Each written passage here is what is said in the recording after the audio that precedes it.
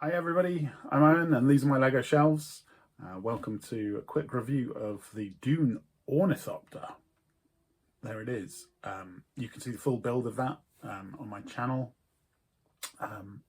if that's what you enjoy watching. I'm yet to know what you out there enjoy, whether you like the reviews or whether you like the builds or whether you like both. I'll probably do some builds that are sped up so you can watch really quick if that's what you like. But the Ornithopter, there it is. It's big. Okay, is the first thing I've got to say. This was a second-hand kit. It came half constructed. Unfortunately, there are some bits missing.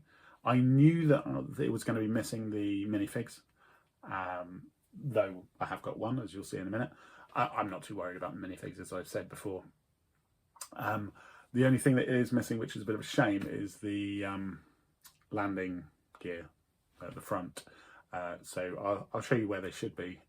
I'll have to see if I can construct something out of my personal collection or whether I will order a couple of new bits just to finish it, because I think it deserves that. Full disclosure, I wasn't a huge fan of the Dune film. It kind of left me simultaneously wanting more and also wanting less. I was kind of, it's beautiful, both of them, absolutely beautiful.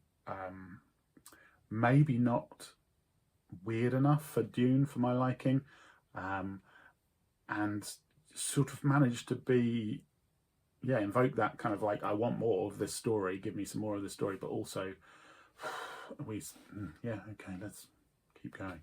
Certainly at the end of the first film, I was simultaneously kind of looking forward to the second film and just thinking like, oh, I've got to do it all again. But that's just my opinion about films. The design of the Ornithopter I really like because it looks like a dragonfly, and as you know, I quite like insects. So that's quite appealing. I don't really know who it's for as a model because it's clearly a display piece, but it's massive. So I've got it up there currently in wings folded position, mostly because I just don't really know. Well, let's get it down and have a look.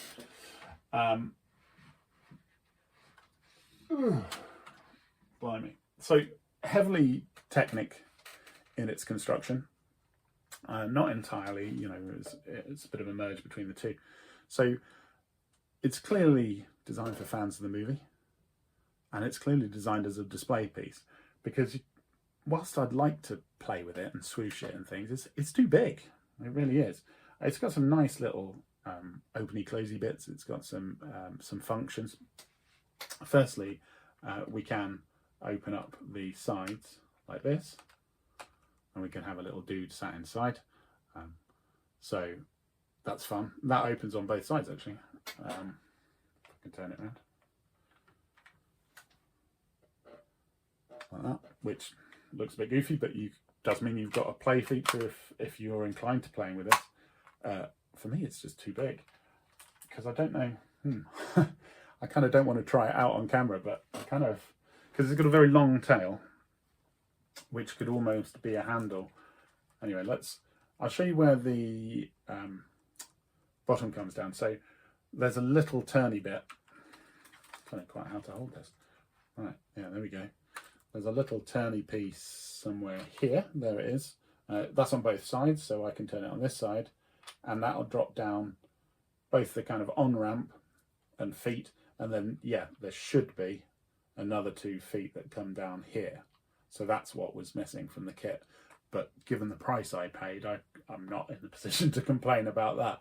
So if I turn that, it'll go back up again, which is really sweet. It's got some nice Technic stuff going on there, which is all concealed in the main body of the Ornithopter. Obviously, the big feature is the wings. And if I push this at the top, try not to decapitate myself, the wings come out and it does look like an absolutely massive dragonfly, which is very cool. But where on earth are you going to put that? I suppose you could try and mount it like that. But even then, the kind of width of these wings is massive. So I don't know whether it's really designed for sort of Lego fans as much as it is for Dune fans, really. So in terms of kind of the build, I don't know. There's a lot of repetition because you've got 8 of these fixtures for the blades. It's all very clever, but the build experience didn't do a huge amount for me, if I'm honest about it. So I'm kind of left a bit bemused by it. I don't really know who it's for. I certainly don't know what I'm going to do with it. For now, it can live up there. But I'm more inclined to see if... I bet that K2SO would like one of these wings as a sword, for example. He would probably like that. But, yeah. So it does look cool. It's got those cool play features. You can kind of use... It's built well enough that I can actually do that with the back, which is quite amazing given the weight of this is massive, right? So, do that again for you, he said optimistically. There we go. And there they are. So yeah, having said which, it was still a cool build, right? And there's still some really amazing, intricate bits going on in the middle to allow for all that mechanism to happen, and these to all 8 of them to be operated simultaneously by one switch is a stroke of genius on the designer's part. These lights, for what it's worth, can kind of tilt back and forwards a little bit on the front. I'm not going to do it right now because I quite like where they are.